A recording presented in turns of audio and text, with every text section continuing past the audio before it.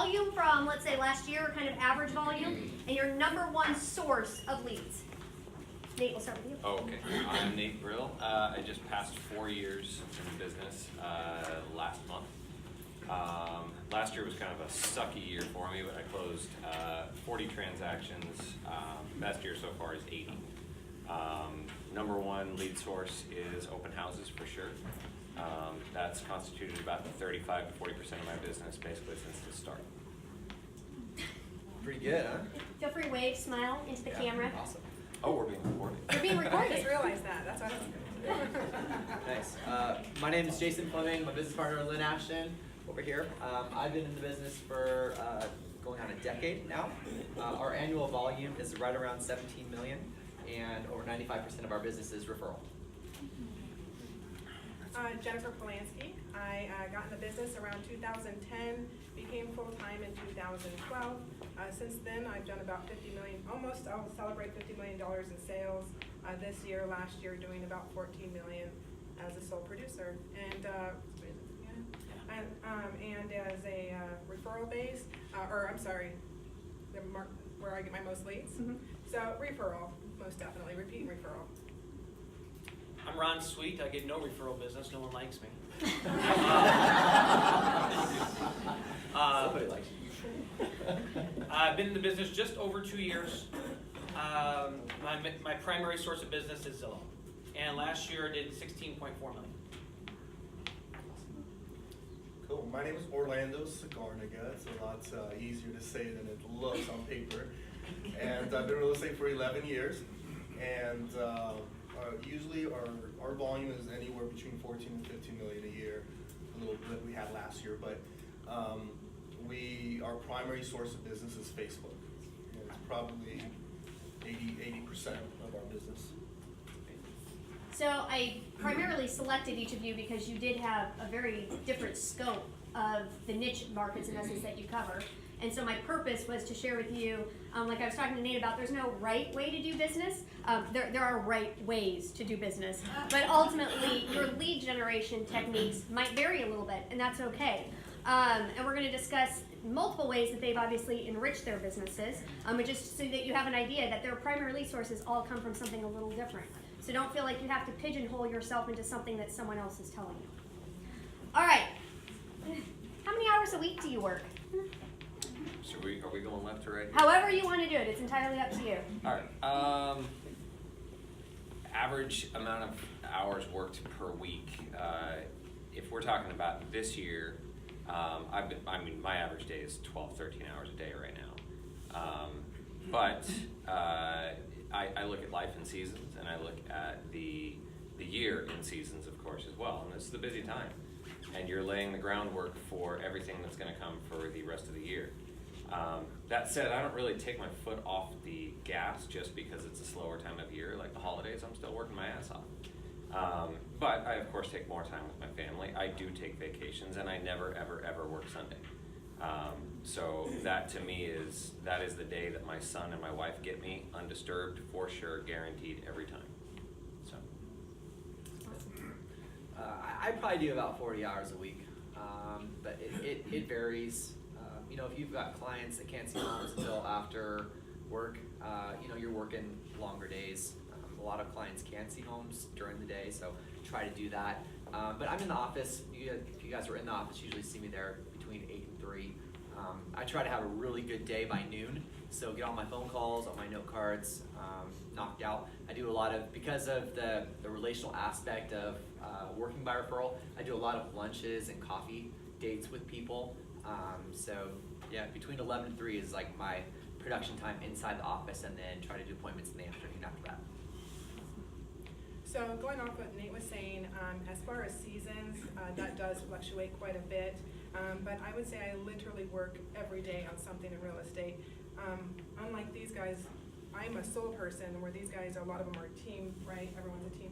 So being a one-man show, I do have an amazing TC that actually Nate and I actually share. But having that has helped.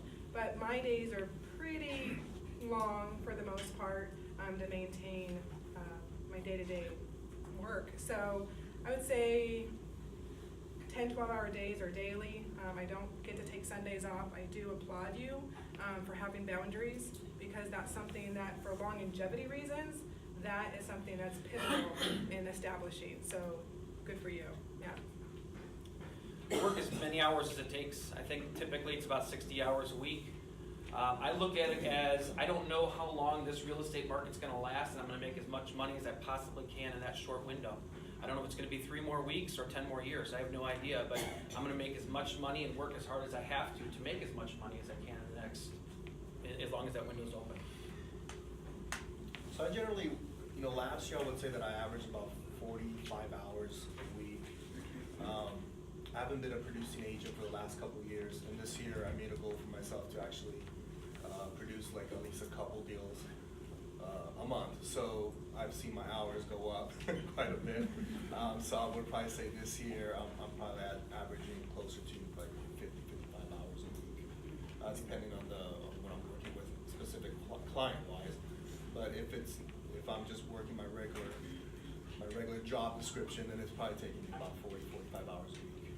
So you made an interesting comment that I'm sure people are questioning, and it's, what do you mean by you weren't a producing agent? Which means that my team was the one that was actually working the leads and getting team checks and things like that. So I was really focusing on my team lead position, which was lead generating systems, marketing, everything that has to do with the support for somebody to just close deals. So that's what I've really been focusing on the last couple of years, but I'm changing that this year. Excellent. So kind of based on these crazy hours that most of you seem to work, give me a successful day. Like, tell me, what do you do when it starts, and how do you work your way through? How much time do you devote to certain tasks, and what are those tasks? The single most important thing you can do is have a plan. Doesn't matter what that plan is, you have to have a plan. You said by noon is I basically I work by the same model. There's only one portion of your day that you can truly control, and to me, I have found that that's the morning. I get up at sometimes 4 o'clock. My average time that I get up is about 4:30, and basically from 4:30 until 8, nobody disturbs me. I don't answer a single phone call. I don't answer a single email, text message, nothing. That is my time. That's my time to get my head right. That's my time to get myself in the kind of right headspace so that I can take on the day, because every day is chaotic, in some way, shape, or form. So from, like I said, I don't get in until 8, and then I have a very specific lead gen time, which is from 9:30 to 11:30, and that is, again, that's my time, and it's in concrete in my calendar. And yes, every once in a while something will get in the way of that, but it gets moved. You can't just move it and not replace it. You still have to find a way to get that work done, because lead generation is what this business is all about. So if I can master my day before 11:30 or noon, everything else goes as I want it to go. And even if it doesn't, that's okay, because I mastered the most important part of the day, which was the morning. And honestly, the number one thing in there was that 4:30 to 8 a.m. Because if I get that right, everything else falls. Yeah, sounds like we have a very similar routine there. I have a commute in the morning of about 25 minutes. So anytime you're driving around, utilize podcasts, things that you can learn, you can grow, put positive things in your mind, because it's going to come out. So I try to, first thing in the morning, grab a cup of coffee, grab my Bible, and spend some time doing that, get my head on straight, and then utilize that drive time in the morning when I come to the office. Top of the lead gen, like Nate talked about. So I guess going off of what these guys are saying, yeah, that morning is literally the only time I have any control of my day. That's the time I'm going to respond to emails, actually. That's the time I'm going to write up contracts or possibly write up ads. I do all my own marketing, so that's my most creative time, because I don't get texts. Well, I do. You guys really know me. Texts don't stop. Yeah, the texts don't stop. I average about 10,000 a month, quite literally. Literally. So the morning, the ideal day is really if I can get yoga in the morning, to get that kind of Zen time to just kind of refocus on what's present. And then from there, I feel rejuvenated and feel strong. And each day is completely different from the next. I don't have I don't do any cold calling, I don't do anything like that. But each day is a new challenge, whether it's staging. I do a lot of staging of properties. Prepping homes is something I spend a lot of time on before I actually list them. So that's a lot of physical labor, actually, in the heat, which is delightful in the summer. Yeah, if I can get my morning on straight, then that will help ease the rest of the day, because there is no controlling it if you're really on top of things. I do share my calendar with my TC, so she has a clue where I'm at, kind of a thing, or if I'm MIA for some reason. But yeah. I think that Nate hit it on the head, that it's all about time blocking and lead generation. A successful day for me is lining up a new appointment. If I can get my team members new appointments, that's a really successful day for me.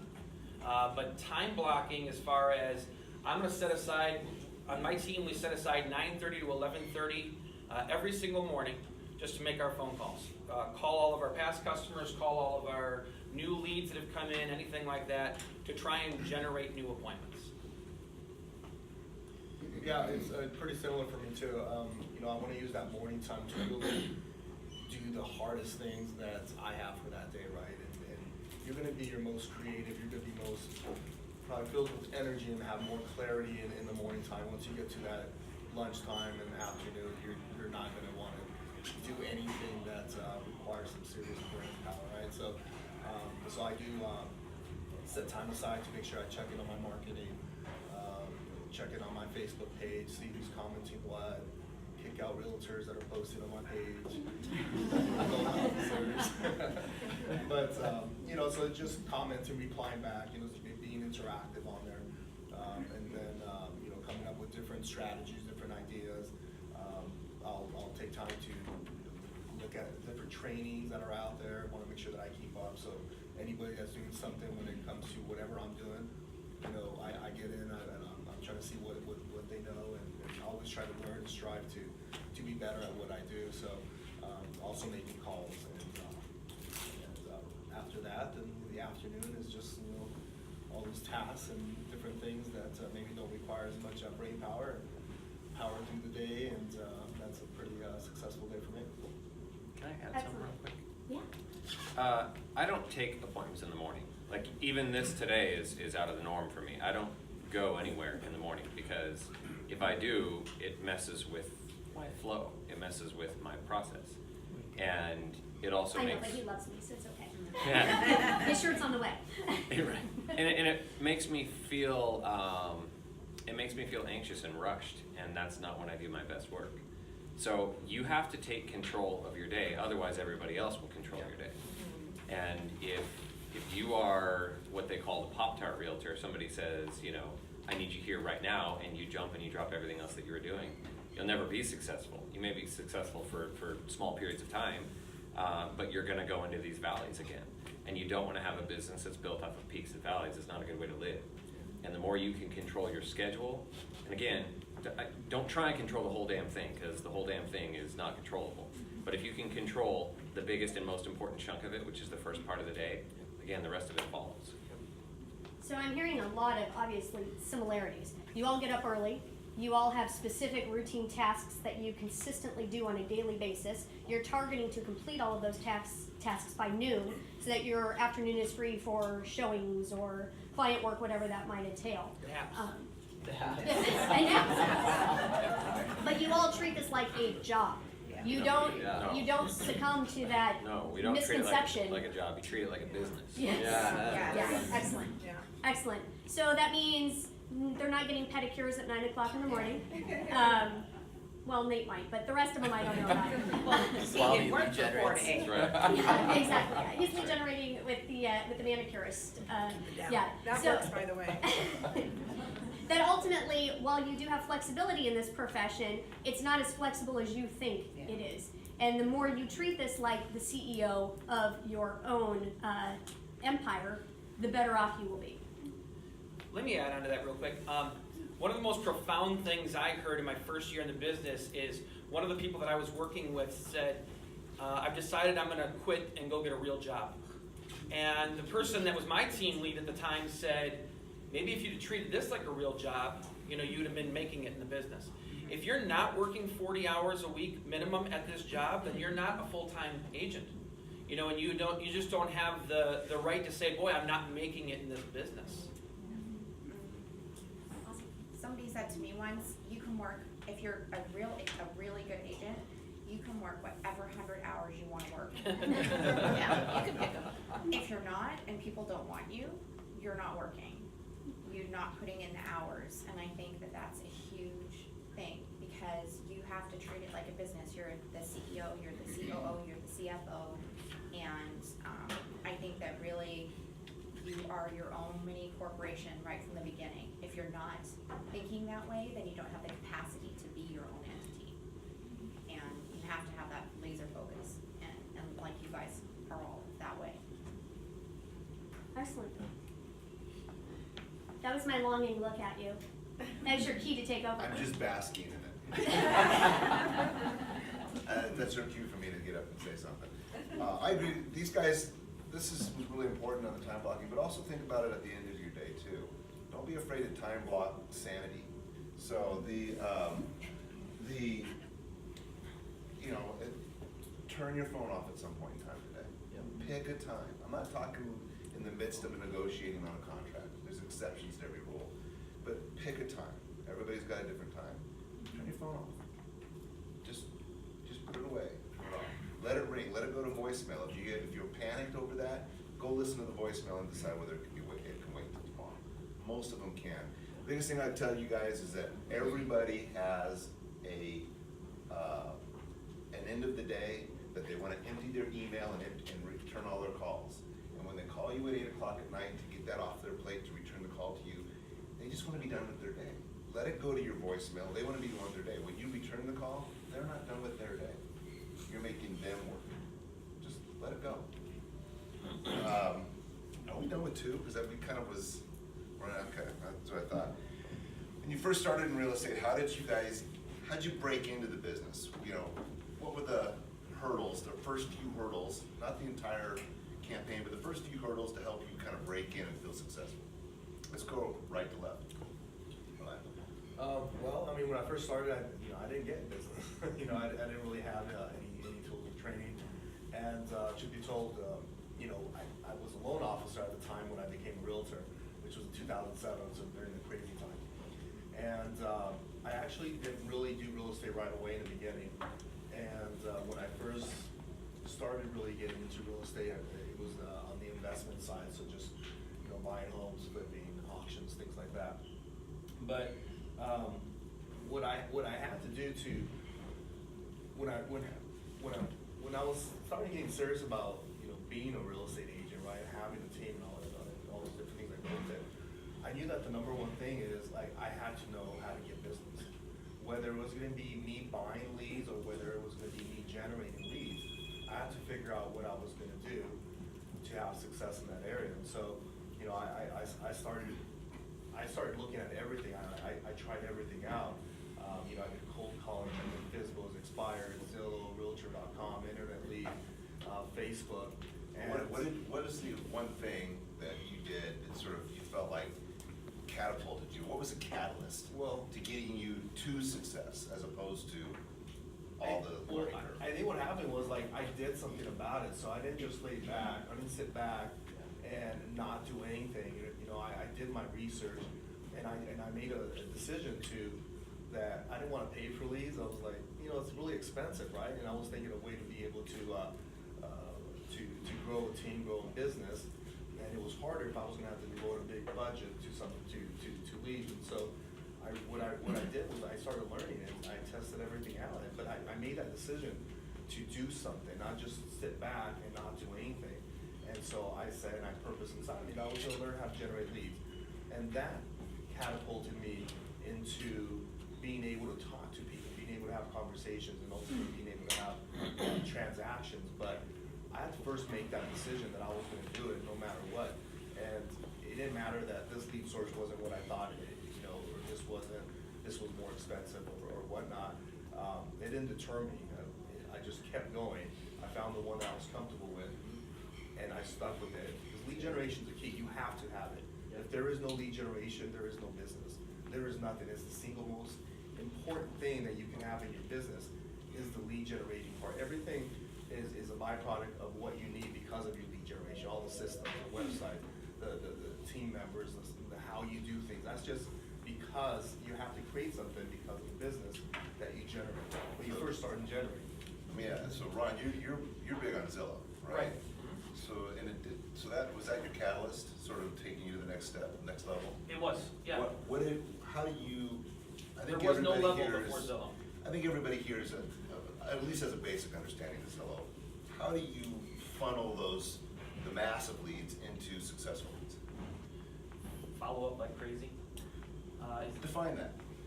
I mean, Average touch point, not touch, but average reach out to somebody before they either go dead or become successful. we do a 10 days of pain for me, which means that the first day that the lead comes in, I'm calling them twice, I'm texting them twice, I'm emailing them twice. Second day, I do the exact same thing. Sometimes the third day, I do the exact same thing.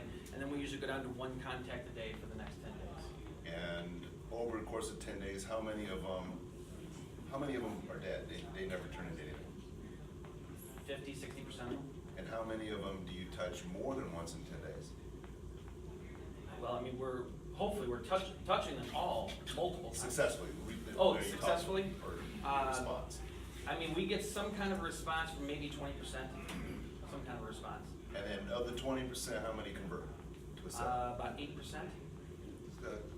Now the industry, the national average, you guys, is around 1%. So if you look at how many times he's focused on just doing his diligence, just staying in contact, and you guys think you're being annoying when you do that. He goes from 1% to 8%. He's getting 8 times the success ratio. And that applies to any lead generation activity you're doing. Thanks, Ron. Mrs. Plants. I have a question for you. Is any of that automated, or are you? We don't do automated until after the 10 days of paying. Okay. Once we hit that, then we throw them into the system, let the system do its job. But the amount of percentage that comes back after that is, 0.1%. Jennifer came from the corporate world, and so she brought that mentality to real estate.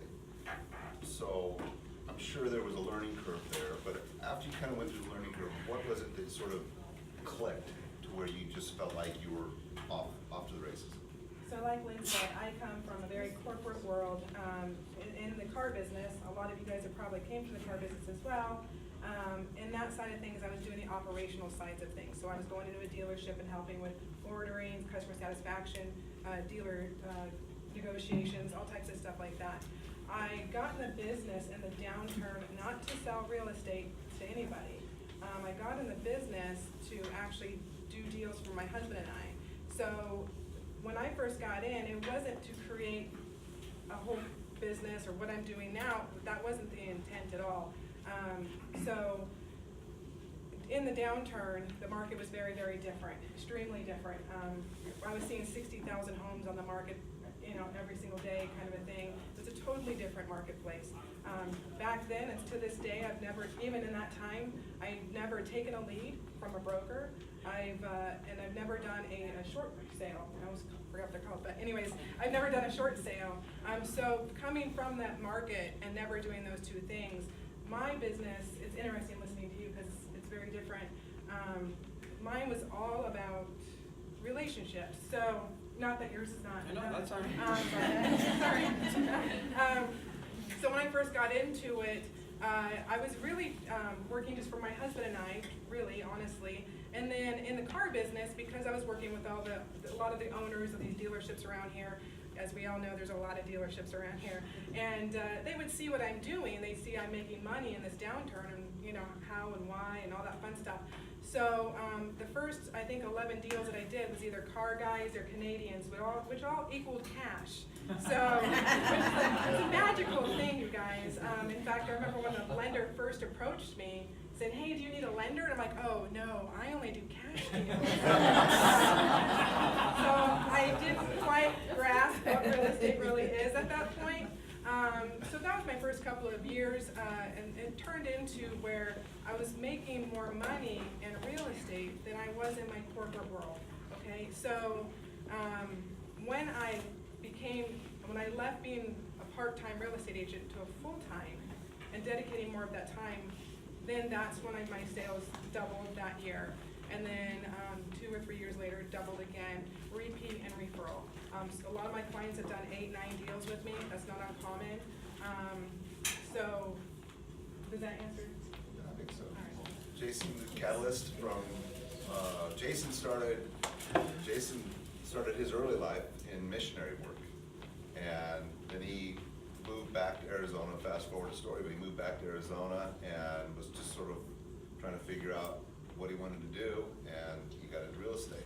From there, what was the catalyst? Well, Besides me. Right. I was actually in real estate overseas as well, so that's kind of a longer story. But I moved here in 2008. I never lived in Arizona, and I started a business with my dad, and then everything collapsed. And my wife was 8 months pregnant with our first child. We bought a house because that was a great idea in 2008. And I got my real estate license and started out with a small boutique firm out of Glendale doing property management. After a year of property management, I no longer enjoyed life at all. So thank you, Renters Warehouse, for taking that burden over for us. And so I gave all of those accounts, I had built up like 65 property management accounts, I gave them all back to the broker because I had no peace of mind. I couldn't sleep. Every time the phone rang, there was like anxiety over it because somebody was mad about something. So I transitioned and I joined a large real estate team in the Valley as a buyer's agent, and it was kind of like my pay-to-play type thing. I learned how to work the business from people that were closing over 100 deals a year, and that was, you pay a lot as a buyer's agent. A lot of times people don't want to be a buyer's agent because of the cost of it, but really I look at that like it was going to university.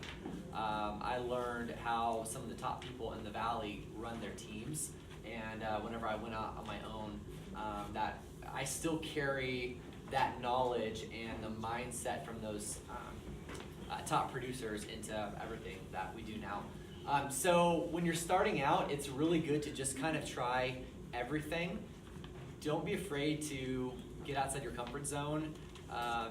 You're gonna figure out what works for your personality type. So if anybody is out there analyzing different personalities up here, if you're using like a disc profile, it's pretty obvious like who the high D's are, who the high I's are. Maybe there's a little bit of S in there. There's some C's on this stage as well. If you don't know disc, you should know disc, because whenever you're working with your clients, you need to communicate with them in a way that's gonna make sense for them. If you understand how they're wired, how are you gonna be able to do repeat business with them? DISC is an acronym for a personality test. You can Google it. And if Yeah. you don't know about the disc, there's a class this Friday from 9 to 11. Take that lets it. you go through It is disc so worth profiles. your investment. You need to know how you're wired and then how your clients are wired. So Lynn and I, we were doing so many different things, from open houses to internet leads to, we paid for people to generate listings for us and things like that. We were sending out 5,000 flyers every 4 weeks to, a geographical area. At the end of 1 year, we looked at it and we looked at the type of business that we really enjoyed, and we looked at where all of our problem clients were at, and the business we really enjoyed was all the referral stuff. All of the problem clients came from the other sources that we were getting business from, and it just wasn't as enjoyable for us. So we shifted our entire mentality to, let's put our dollars back into our database and let's spend time with those people. I can't really take credit for a lot of this stuff. We coach with a company called Buffini & Company, and our goal is kind of just to do whatever they tell us to do. We have a business coach, and we meet with her every 2 weeks, and she tells us what to do. And as long as we do what she tells us to do, we see our sales go up. When we don't, it's because we're sitting on our hands. Point of clarification, what she really tells us is what we're doing wrong. I mean, every week, she's like, did you do this? Yes, you do this? Why did you do that? Right, exactly. So the biggest catalyst there was probably shifting to referral, by referral only. Not so much that it catapulted us into more money, which over time it did, but Yeah. it Our really sales went down actually when we First first year. did that, but now we're approaching what's going to be our best year ever. So we've been in the system for about 3 years. The catalyst was really into sanity for us. Yeah, right. It was quality of life. It was holistic picture. Does my wife love me? Do my kids love me? Am I able to do the things that I really enjoy in life? Do you love your partner? Do I love my business partner? Yes. So, we're gonna More move on, than you Nate. know. So Nate, you have a more of a routine type of business where that might not necessarily be the same. Talk about that a little bit. And you guys, what I really want you to hear is that there's 5 different ways, and you might hear a lot of similarity between these guys, but you also need to pay attention to when you try everything, you can't stay into everything forever. The point of trying everything is to find what works best for you. And what Nate's going to describe to you what works best for him. Yeah. So before I was in real estate, I was in automotive, and I was on the parts side of things. So I was dealing with a bunch of rough and gruff parts guys all over the country. And my job was to go in, I did this for 12 years, I'd go into the car dealership, just walk up blind, to the parts counter, through the shop, whole thing, not allowed back there, but I'd go back there. And so I'm going to these people, and I thought that the most natural way for me to take my, the start of my business was to do an open house, because now these people are coming to me. It's the same sort of interpersonal dynamic that you get that when you're going to them, except again, the difference is that they're coming to you. I don't know a substitute for face-to-face interaction. I don't know anything that can replace the true human connection you get by looking at somebody in the eyes and actually being able to help them, be able to offer your services to them. So it wasn't anything that was pre-calculated on my end, other than that before I even had a license, I had literally listened to probably 150 interviews with top agents all over the country. I mean, it's helpful that we're all here. It's helpful that we're all in your office and we're sitting in front of you. But we are a very, very, very micro level of what's available to you in terms of the education that you can get by listening to podcasts and other different, YouTube and lots of other places you can go to get interviews. So I knew what I wanted to do because I had a foundation of education because I listened to all these people. So an open house seemed like the most natural thing to me, and it has constituted, like I said, 35 or 40% of my business. My best year so far, where we did 80 transactions, 27 of them came from an open house. And that's from a lead source that, other than your initial hard cost of ordering up your signs and stuff, It's free. it's your time. Right. And your time is worth something. In fact, your time is worth an awful lot, and you should track that, by the way. The reason why I know the hours that I work is because I literally track how many hours a day that I work. And I know when I break it down, my best time investment that I have is sitting in an open house. Because there's no chance that me sitting at home, I guess there's a possible chance that somebody could walk into my house. It would be weird because I call cops. But nobody's going to walk into my house and ask me to buy or sell a house. And so, if you've got nothing going on, you have nothing to lose by sitting in an open house on a Monday, Tuesday, Wednesday, Thursday. I don't care what day it is. You sitting there at an open house is an opportunity. Lead generate while you're sitting there too, right? Oh, there's so much stuff you can do. And I'm telling you, you start doing an open house consistently, you're going to get better and better and better and better and better at it. We all know who Russell Shaw is. You can listen to an interview with him. He said that to be a good listing agent, to be able to go on a good listing appointment, you have to go on 50 of them just to get your sea legs. You can go through 50 in no time by doing an open house over and over and over and over again. Because you start to practice your pitch, you start to practice how you speak to people, and start be able to actually articulate what's going on in the market and understand how to verbalize things in a way that you only get by interacting with somebody face to face. Now, I've done Zillow, I did Expired, I did all sorts of different stuff, but for me and my personality, and again, that's why I think this panel is helpful, all of us are different in the way that we approach things. The closest thing that I have to building a referral type of relationship or a referral type of business is by initiating the relationship with a face-to-face interaction. To me, my best clients, hands down, came from open houses because I initiated the relationship. And I'm saying better than even the referral clients that I have, because the relationship was ignited by our interaction, our face-to-face. And I was able to help them. I was able to take that basically from them walking into my open house to turning it into a relationship and ultimately turning it into a closing. But one super, super big distinction for me is that I do not attach to the outcome at all. For me, my focus is on the relationship that I'm building. So when somebody comes into my open house, or I don't care whatever lead source it is, I look at it not as a lead, because if you personify the thing that's under the shell of a lead, it's human, right? It's somebody who has some sort of a need, and you're there to serve them. and if you can attach to that part of it, it's very, very easy to take it from a lead to a client, to somebody who refers you, to somebody who becomes damn near family to you. I have so many clients that feel that way. Alright, so we're about halfway through what we'd like to accomplish today, okay? So what we're gonna look for now is, we wanna leave some time for these guys to ask you questions, and we're gonna kind of work on our way to that. So we're gonna kind of go a little bit rapid fire, which means we're looking for very pithy answers, okay? And the first one is, any major event, you asked what it is, Yeah, quick, Pithy. okay. quick, fast, Substitute, succinct. succinct, very Good word. good. There we go. Yeah, what's the Automotive guy to tell us what this is. English major doing this. So what we're looking for is an event. I'm gonna actually read this because I just forgot them all. Campaign, event, post, an email, a Facebook posting, social media, something you did that just worked fabulous. Was it you gave away pies? Was it you started working out at a yoga club and you got a bunch of leads from that? I think Nate's talked a little bit about his open house, but something quick and easy that you just feel like, I'd like to do more of that on a regular basis, whether you're doing it or not. Maybe it's a new discovery.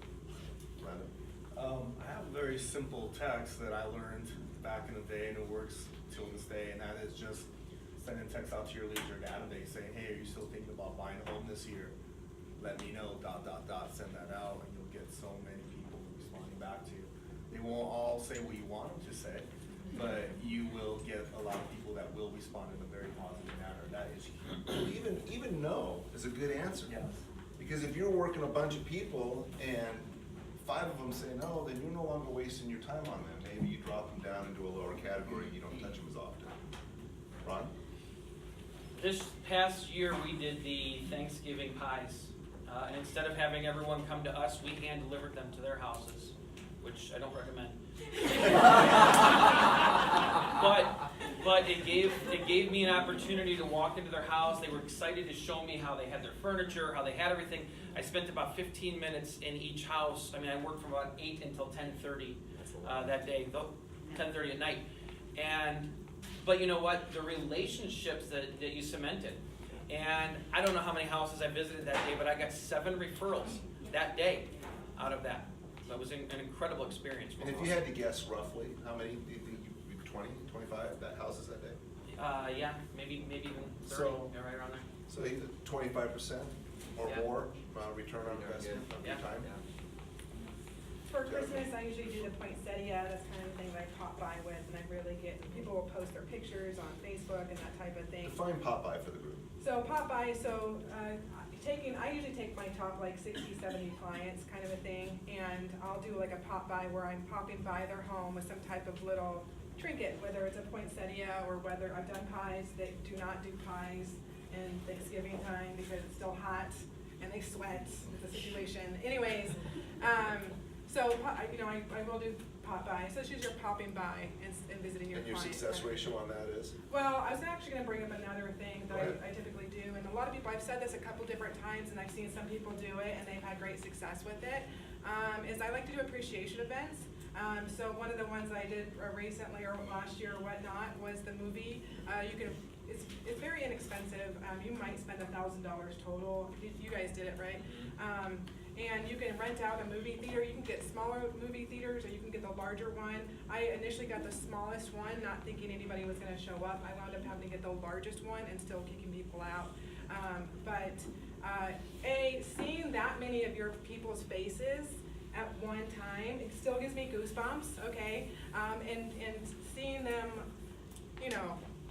in a crowd, it's just a fantastic thing. But in that particular event, I wound up doing A Dog's Purpose, which is a fabulous movie about dogs, obviously. And prior to that, I made a Facebook event, so my clients could interact, about the upcoming event. And they were posting pictures of their pups, right?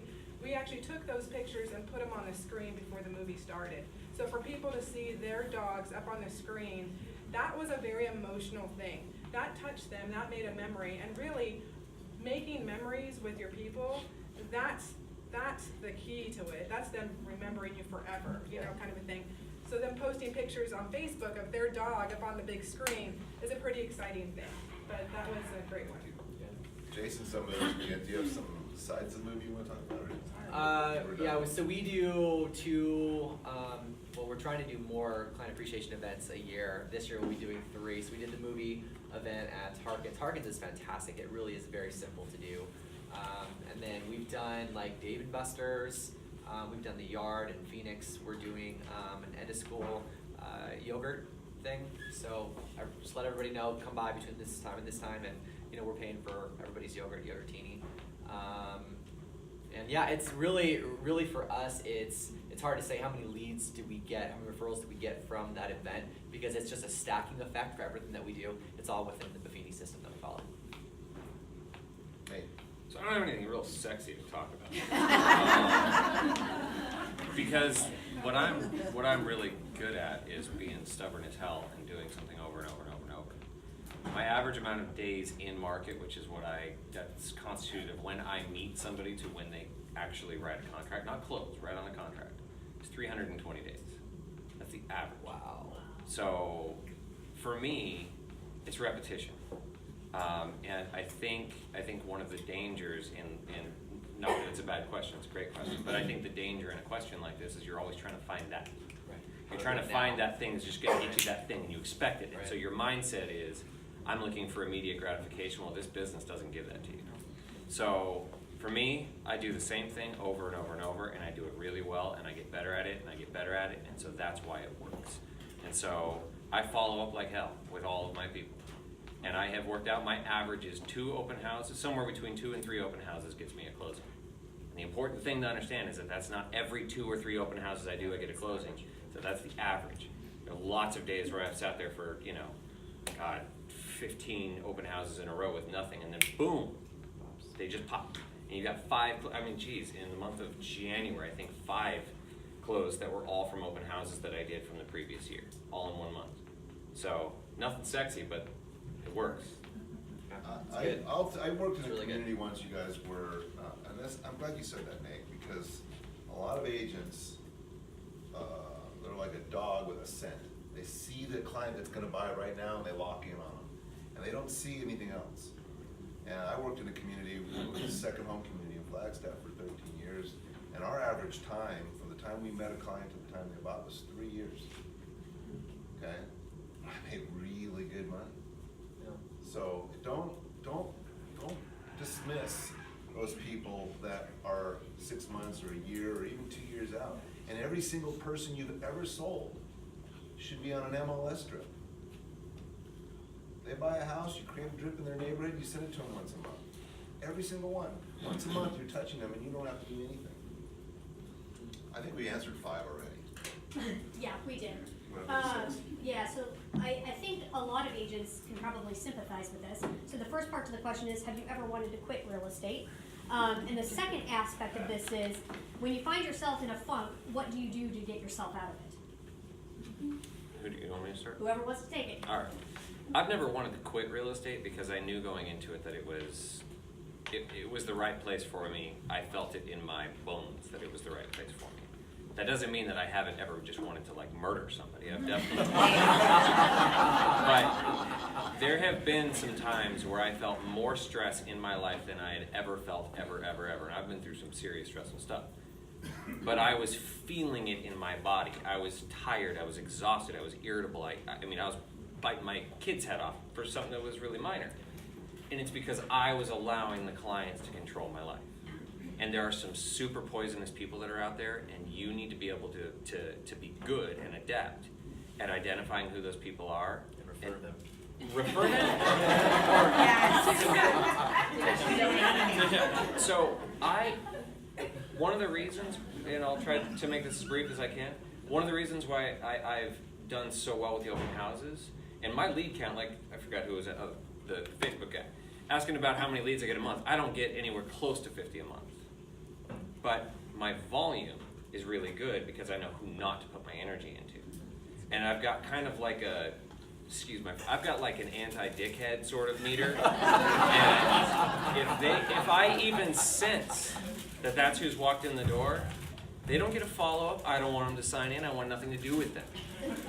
I'm able to identify the people that I connect with, and that's what I put my energy into. So I don't get a mass amount of leads, I just focus on the right ones. And so yes, I've gotten exhausted and I've wanted to quit, for the day and just crawl into a hole.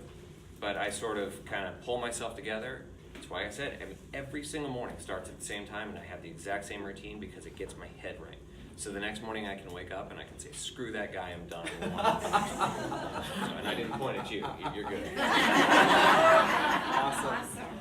So I started in real estate, or in Phoenix, in 08, so the best time of year you could have started, because you had to learn how to really, really work hard for those $75,000 short sales that you're getting paid 2.5% on, 6 months later after writing a contract. Again, I had my first child, second one came in 2010. I was on food stamps, so anybody who's struggling out there, it sucks when you can't pay the bills, and you've got to go on government assistance. But that motivated me to work really, really hard because, it sucks whenever, your wife's going through the grocery store and, she's buying a thing of cheese that they give you through Access, and the person's like, oh, no, you can only get 8 ounces, this is a 10-ounce thing. And you're just like, oh, I hate even being here. So that really, really motivated me to work hard. I can't say I ever wanted to quit real estate. The thought, should you go back to school and get a degree so you can get a real job? I knew a real job, job stands for just over broke, and I didn't want that. So I knew, I read Rich Dad Poor Dad in like 2007, and I just knew that I could make it in this industry. And if I just kept applying myself, surrounding myself with people that believed in me, surrounding myself with other winners in the industry, that I was gonna eventually get there. If they've done it, I can do it. Success leaves clues. And so just find out, it's not, real estate isn't magical. You just gotta figure out what you're good at and do what people who have come before you have done, and just copy what they've done. So, how do I get out of my funk? You gotta have a big why. What's your why for being in real estate? Is it so that your family doesn't have to live off food stamps, so you can live in a nicer house? Is it so that you can go on the vacations and spend the time with your kids that you want to? You've got to go back to what your why is. And then you need to go back to what your written goals are. If you don't have written goals, you should have written goals. Because whenever the crap hits the fan and you run into that person who's a total jerk, get back to what's really important. You said dickhead, yeah. Whatever that is, you got to have thick skin and let it just roll off of you. That was yesterday. You can't go back and change that. Why am I here? What's really important? What are my goals today? What do I have to do to make that happen? It probably starts with getting on the phone with people, going out for coffee dates and things like that. People you like. People you like that give you energy, yeah. Have I ever wanted to quit? Absolutely. I've wanted to quit quite a few times, to be very frank. There was one time that I absolutely did quit real estate. In fact, I started letting my clients know that I'm going to be getting back into the car business and out of real estate. That's a very emotional thing. What we do with this business, we're all different.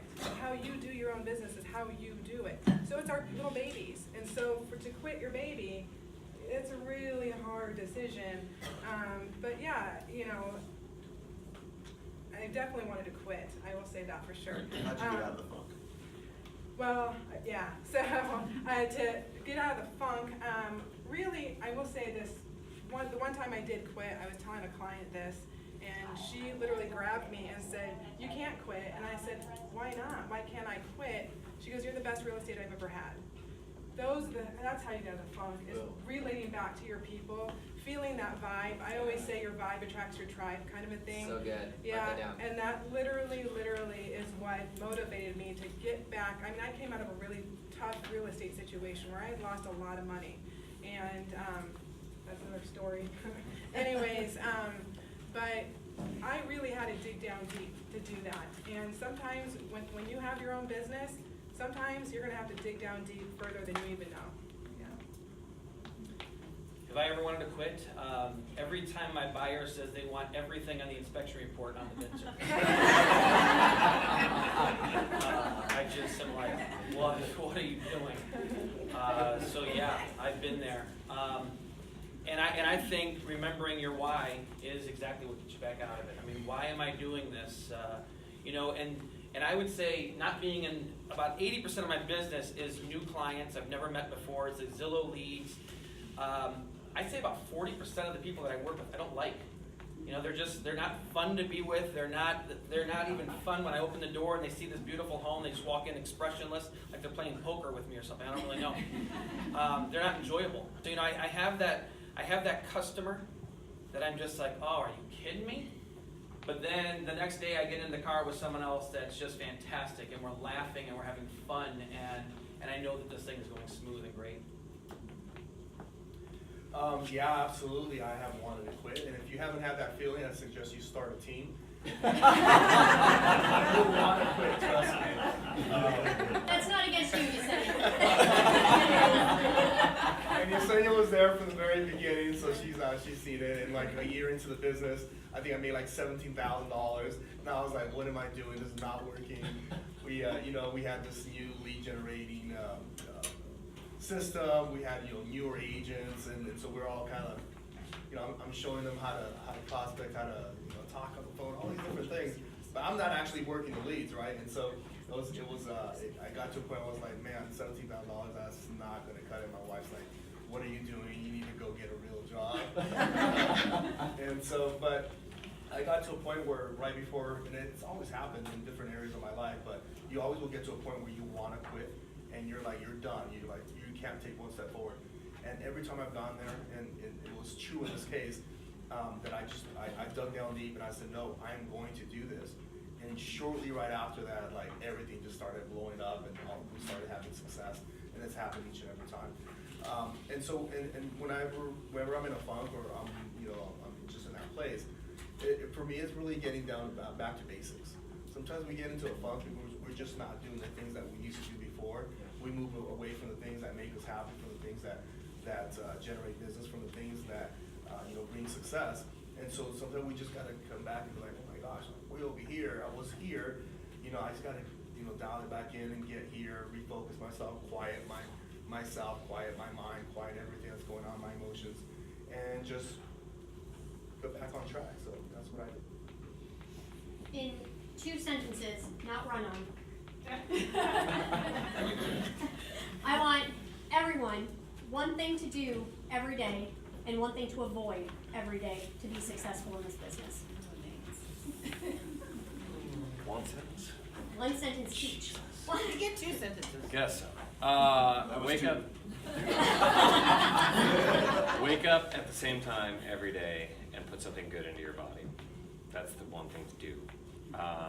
And the one thing to avoid is doing shit that you hate. Because if you hate it, you won't do it. How was that? That was perfect. All right. I had room in there for profanity. A few commas, a few Yeah. compound Yeah. sentences. Get on the phone and just start making phone calls. Talk to people. You'll get energy from that. What not to do, don't stay off, unless you've got a plan for social media, stay off social media, stay off news. Don't listen to any of that crap. It's all just clutter. Every day, I would say, I had one and I forgot it. You know what? Come back. Uh, I had a good one. Every single day lead generate. I don't care if you have 10 in escrow or 1 in escrow, lead generate every single day. Comma. And what not to do, don't get caught up with the shiny objects. Yeah, good one. Yes. Yeah, there's a lot of little shiny objects. There's a lot of people who call me every day offering me a new shiny object. Don't get caught up in it. And never use a comma with an and. And is a conjunction, you don't need a comma. Not necessarily if it's a compound sentence and they're 2 separately. You said no run-on sentences. No run-on, If it's the second compound. and in the statement, you absolutely do need a comma. Orlando. All right, well, actually, just like what Ron said, he must have been looking at my notes, but lead generation is key. If you're doing something, if you're doing anything, lead generate and build momentum. And things to avoid, I would say to avoid getting the trap of servicing your existing business. That is probably the number 1 killer of any momentum, of anything that you're building that will just get you each and every time. And so it's a trap that we all have to deal with, so stay away from that. She's gonna create 3 sentences now. The beginning of Lead generation. of the lead generation. And then the second was not servicing your existing business. Not get into that mindset where they just start consuming all your time and you forget about all the Leverage. Yeah. Jennifer? I would say to wake up with a purpose and a goal. My days are already kind of figured out the day before kind of a thing. So every day to have a purpose that's real estate based. And then things to avoid, drama. Thank you. Drama. But don't avoid too much drama because that's job security for me. So just keep it. All right, I have a couple of others. We have about 10 minutes left, so I'm going to not ask my questions. I want to open it up to the audience. Anything that you're dying to ask. Carmen. How many of you have coaches, and if you do have coaches, when did you get them? How many of you have business coaches is the question? Lynn and I coach, and we've been coaching for about 3 years. So, I guess What's the fee? in my sales career, I guess I was about 4.5, 5 years in before I started coaching. If you can't afford a coach, be intentional with other people around you that are top producers. Take them out to coffee, ask them questions. People that have wisdom and experience, they're happy to share it, as long as you honor their time. Wait, coffee? I bought him my lunch. He likes beer too. And look how much smarter you are. You got ripped off.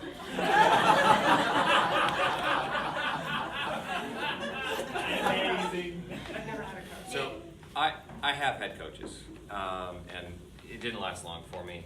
Maybe it's me, but I am a voracious reader and consumer of content, and part of the challenge that I had with coaches is that everything they were teaching me felt so elementary to me, because I was consuming more information and I knew so much more about what I was trying to achieve than they were going to be able to tell me. I haven't yet found that high-level coach that I'm looking for. I think a really good coach that works with you and your personality type and your business structure is really important. But I say only that so that in the absence of having the right coach, there is no excuse for not educating yourself, because you can get more and find more mentors, and you don't have to take people to coffee or lunch because that gets expensive. You can listen to interviews and you'll get so much information. It's absolutely gold. Hey guys, we have several questions, so unless you guys have something completely different. Let me just say something about a coach real quick. I used to have a coach, I don't anymore. I think the hardest thing about being in real estate is you are only accountable to yourself. There is nobody else to answer to. And that's really, really hard for most people. That's why, what do they say, like 92% of people don't renew their license. Yeah. The coach isn't really going to tell you, open a door to something you've never thought of. They're going to hold you accountable. A really good coach is going to hold you accountable. Like as a team leader, that's my number one job. I say that's the number one reason to be on my team, not because I'm buying leads or I'm doing other things, I'm so good looking. It's because I hold my team accountable. And now every day they have to show up, every day they have to do the things that are going to help make them successful. I'll say real quick, and I do have a coach, and it was the best decision that I ever made. I used to be self-coached, and it sucked. And so now I have a real coach, and it's working great. So. Who do you coach with? Excelio. So, Yeah, I've got a really good coach in there. That's Rosio? Some of the podcasts that you would recommend, or favorite book. Mastermind Agent, Mike Cerrone, or that's the free version, or you can go Top Agent Interviews, which is the paid version. It's Buffini has his own podcast, and my favorite book is How to Win Friends and Influence People by Dale Carnegie. I've never had a coach, never did anything like that, but I would say actually taking people out to coffee and lunch, taking other local agents that understand the local business. That's what I've done for my own kind of coaching, and that's been very effective for me. This is super cheap. Sit in the bullpen at the office and just listen to people around you. Yep. I used to sit in the bullpen because I didn't have an office, and I would sit right next to Lynn's office, and I just heard him talking on the phone. Jason too, just heard him talking on the phone. And there's just things you're picking up from that all the time. And then there's all those office doors that are open. That's why I keep mine closed. I don't want anyone in my secret space. In all seriousness, though, you just listen to the other people, the great agents that are around you. There is so much to learn. Sometimes it's what not to do, but most of the time it's what to do. I would recommend the Entrepreneur Roller Coaster, Darren Hardy. He's Really good. Entrepreneurial Roller Coaster by Darren Hardy. Anything Darren Hardy. So. Question? Yeah, one question I have is, and before I even ask the question, I'll kind of preface it by, I've always been a voracious user of a CRM, and all the way back into the 80s. Now, I find that I still am challenged, as much as I wave my flag that everybody should be using a CRM, but it gets so freaking hard to keep up with. So I guess what my question is then, which CRM do you use and how well do you use it?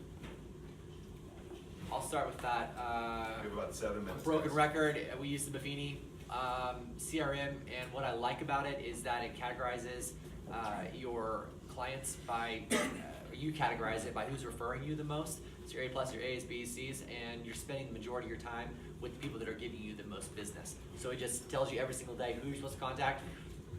It doesn't get any simpler than that. It's not gonna make the phone calls for you, but. I have never used a CRM, so my CRM is self-created Excel spreadsheet. I use Boomtown. It's expensive, but unbelievably effective. I use Real Geeks, and I've used Lion Desk in the past. Real Geeks is a little more pricey, but Lion Desk is not, but those are the two. Primarily now I'm using solely Real Geeks. Nate? I use Top Producer. I use it just to hold my information for the call that I had and schedule myself on calls, but yeah. Again, keep it simple. If you don't, you won't use it. You guys, let me Yes. chime in on here. I was the first person in my office in the early 90s to get a computer. My first CRM was made from Word, a Word document. And when I put Joe Smith in there and I typed in a date, when he was gonna, when I want to call him again, he disappeared until that date. There's no way for me to go back and get him. He would just show up on that day. It was a horrible CRM. Okay. But it graduated to using Outlook and dragging it into my calendar, and it graduated, and I've used several different CRMs. There are a myriad of CRMs out there. If you don't like the one you're using, switch. There are some, I've used some that I loved, and I've used some that I hated, and I didn't know how much I hated them until I left them. And so pick a CRM that you'll use, and if it serves dry martinis, you gotta ask yourself, do you need a dry martini every day in there? Probably not. Okay. Just do what you, notes, calls, tasks. And if it does more than that, because you do more than that, get it. If you don't do more than that, that's all you need. Questions?